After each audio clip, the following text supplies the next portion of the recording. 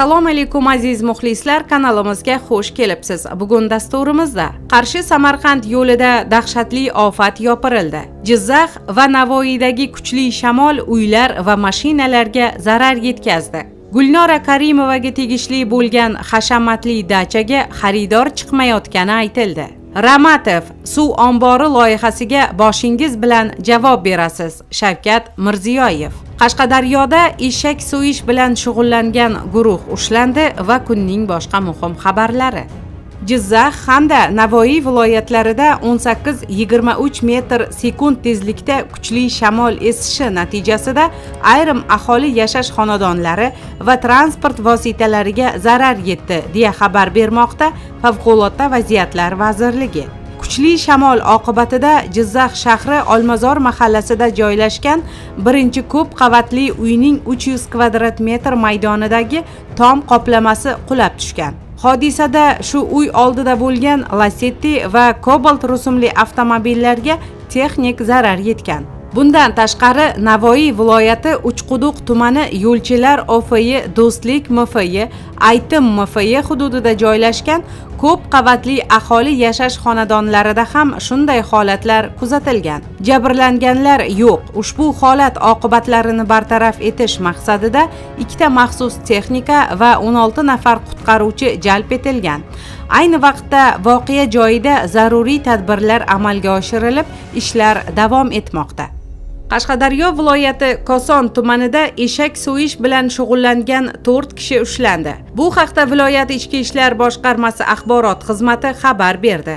Ma'lum qilinishicha, olib borilgan tezkor surishtiruv ishlari davomida Koson tumani Arabxona mahallasida yashovchi fuqaroga tegishli bo'lgan xonadon hovlisi xolislar ishtirokida ko'zdan kechirilgan. Mazkur xonadonda 4 nafar fuqaro iste'mol qilinishi mumkin bo'lmagan hayvon eshaklarini so'yib, go'shtini suyaklaridan ajratib kelayotgani aniqlangan. Hozirda surishtiruv ishlari davom ettirilmoqda. Holat yuzasidan qo'shimcha ma'lumot beriladi.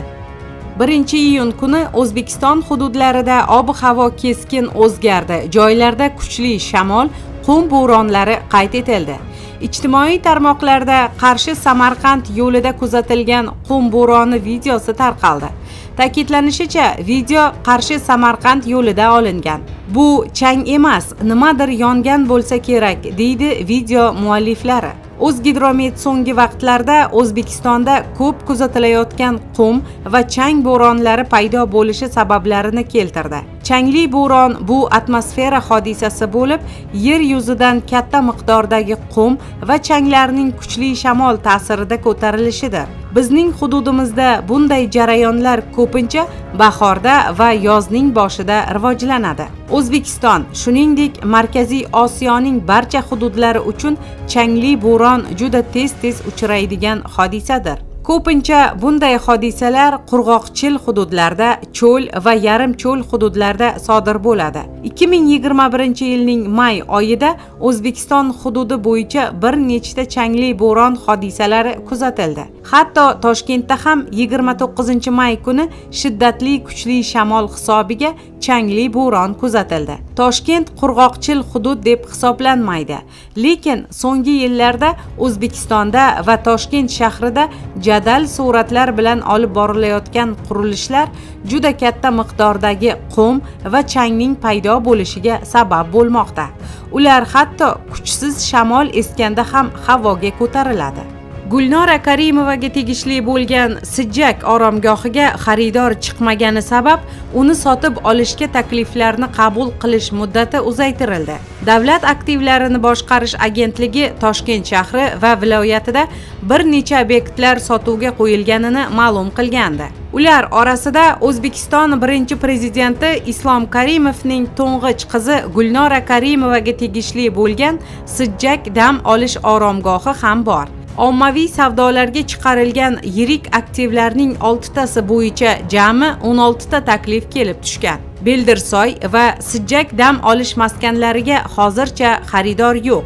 Shu sababli ularni sotib olish uchun talabgorlardan takliflarni qabul qilish muddati 2021-yil 1-iyulgacha uzaytirildi. Ushbu dam olish maskanida mehmonxona, bir nechta hovuz, amfiteatr, kottej va boshqa inshootlar bor. Oromgoh 2017-yilning 10-fevralida jinoyat ishlari bo'yicha Toshkent viloyati sudi ajrimi bilan musodara etilgan. Keyinchalik musodara qilingan ushbu hashamatli qarorgoh ichidagi barcha jihozlari bilan O'zbekiston Triatlon Federatsiyasiga vaqtinchalik foydalanishga berilgan edi. Ammo oxir-oqibat ushbu dam olish maskanini ommaviy savdolar orqali shaffoflik prinsipi asosida sotuvga qo'yishga qaror qilindi. Aprel oyi boshlarida Sijjak dam olish oromgohining agentlik tomonidan olingan panorama suratlarini taqdim etilgandi. Prezident Shavkat Mirziyoyev Surxondaryo viloyati faollari bilan uchrashuvda To'palang suv ombori loyihasiga bosh vazir o'rinbosari Ochilboy Ramatov mas'ul bo'lishini aytdi. Bu haqda gazeta.uz xabar berdi. Xudo bergan shuncha suvimiz turibdi, lekin xalqqa yetkazib bera olmayapmiz. Quyoshdan energiya olyapmiz. Endi bu tomonini ham to'g'rilab qo'yaylik. Suv ta'minotini bosqichma-bosqich amalga oshirishimiz kerak. To'palang suv ombori katta qiyinchiliklar bilan barpo qilingan. Endi Surxondaryo xalqiga xizmat qilishi kerak.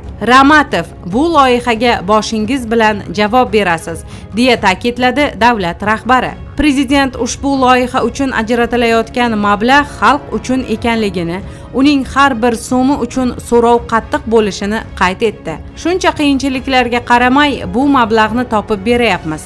Agar pandemiya bo'lmaganida edi, imkoniyatlarimiz yanada ko'proq bo'lardi. Koronavirusga qarshi kurashga 80 trillion so'm mablag'imiz ketdi, lekin bu pulga achinmayman. Xalqimizni imkon qadar asrab qoldik.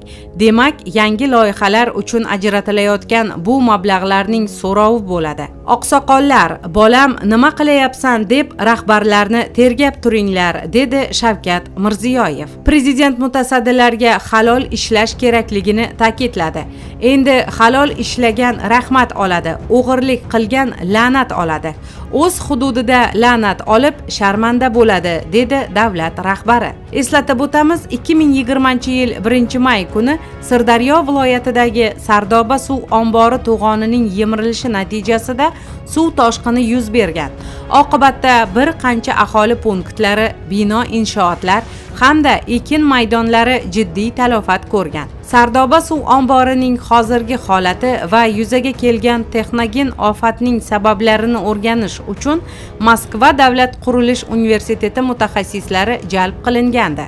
Qurilish vaziri Botir Zokirov 1-mart kuni Moskvadan kelgan ushbu mutaxassislarga $124 ming to'lanishi belgilanganini aytgandi.